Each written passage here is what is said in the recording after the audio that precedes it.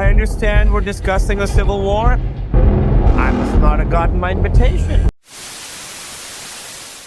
Oh, hey. Didn't expect to see you here. It's been some time since I last posted here, but I thought I'd make a bit of a comeback to discuss, the recent trailer that dropped for Fallout Season 2. To discuss what I saw and to perhaps craft some theories, some predictions, some hopes for what may come in the season, and just maybe this time I'll actually be right about something. One of the first things that really stuck out to me was, of course, the Kings. They're still around, although it seems they're not doing too well.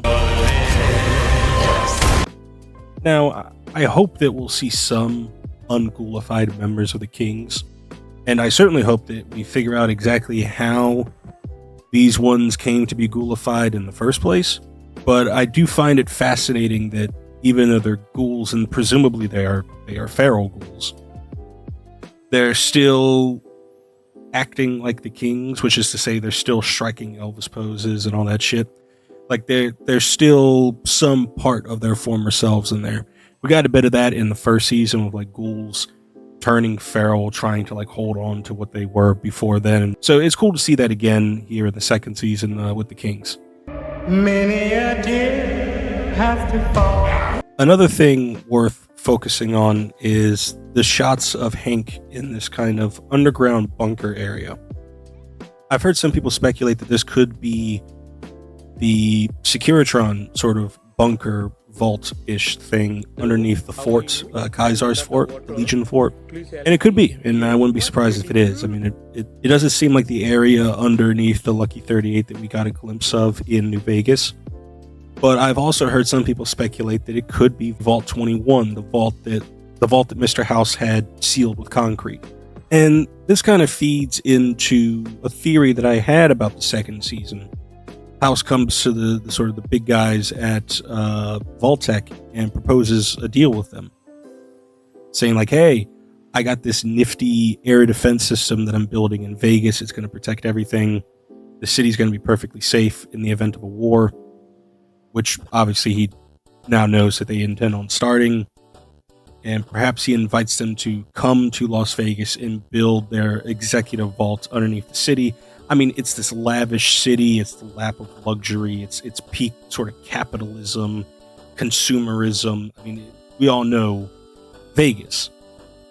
And perhaps that's even why Cooper Howard is in Vegas in these pre-war scenes that we've seen so far. Is it's sort of the it's almost like a christening of this vault to be sort of the executive main vault, almost like how Vault Zero was in a way within context of Fallout Tactics, and that perhaps this was all a trap set by House to get these upper executives in this vault, within their cryopods, and he would awaken before them and seal it with concrete so that they could never get out. And that sounds like a perfectly morbid thing to happen in the Fallout universe, to kind of entomb these people down below the ground.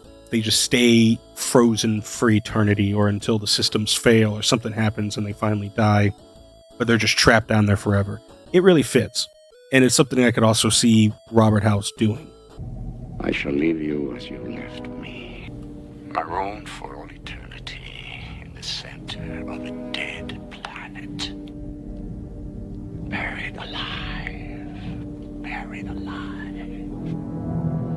I am under the At the very least, it is, of course, my speculation, and I think it's more than less guaranteed at this point, that House never actually intended on working with Vault-Tec. He never really intended on being part of whatever their vision was for the future.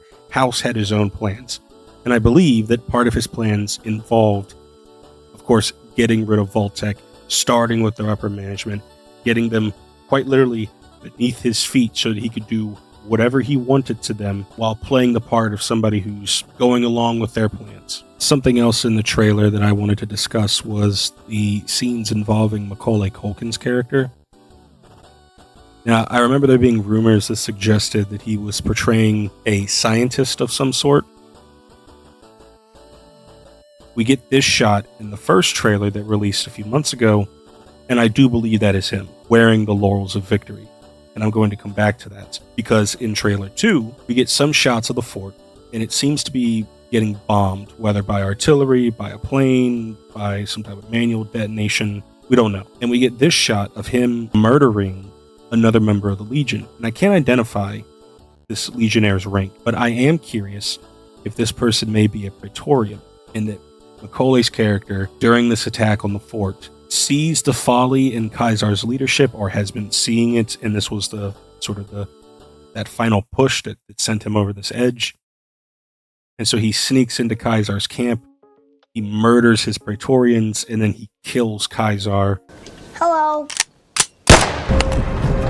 And assumes his position. Fuck, I forgot this was... Please assume the position. And assumes leadership of the Legion. And doing so to save the rest of the Legion. And of course, many within the Legion view Kaisar as their god. He is the son of Mars and what have you.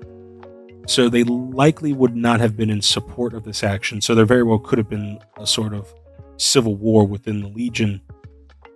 But many also understood that Kaisar was just a man, especially his Praetorians, Legate Lanius, members of the Frumentarii, and so he likely would have had some support in this action, especially if he wasn't alone in this anti-Kaisar sentiment. And I come back to the Laurels of Victory because we see him wearing it, we see him being honored by the Legion, again, assuming Kaisar's position. Please assume the... Maybe they know he killed him, maybe they don't. And maybe he just presented himself as the best candidate to succeed Kaisar, and so he was who they chose to follow, not knowing that he had murdered the man who was effectively their god.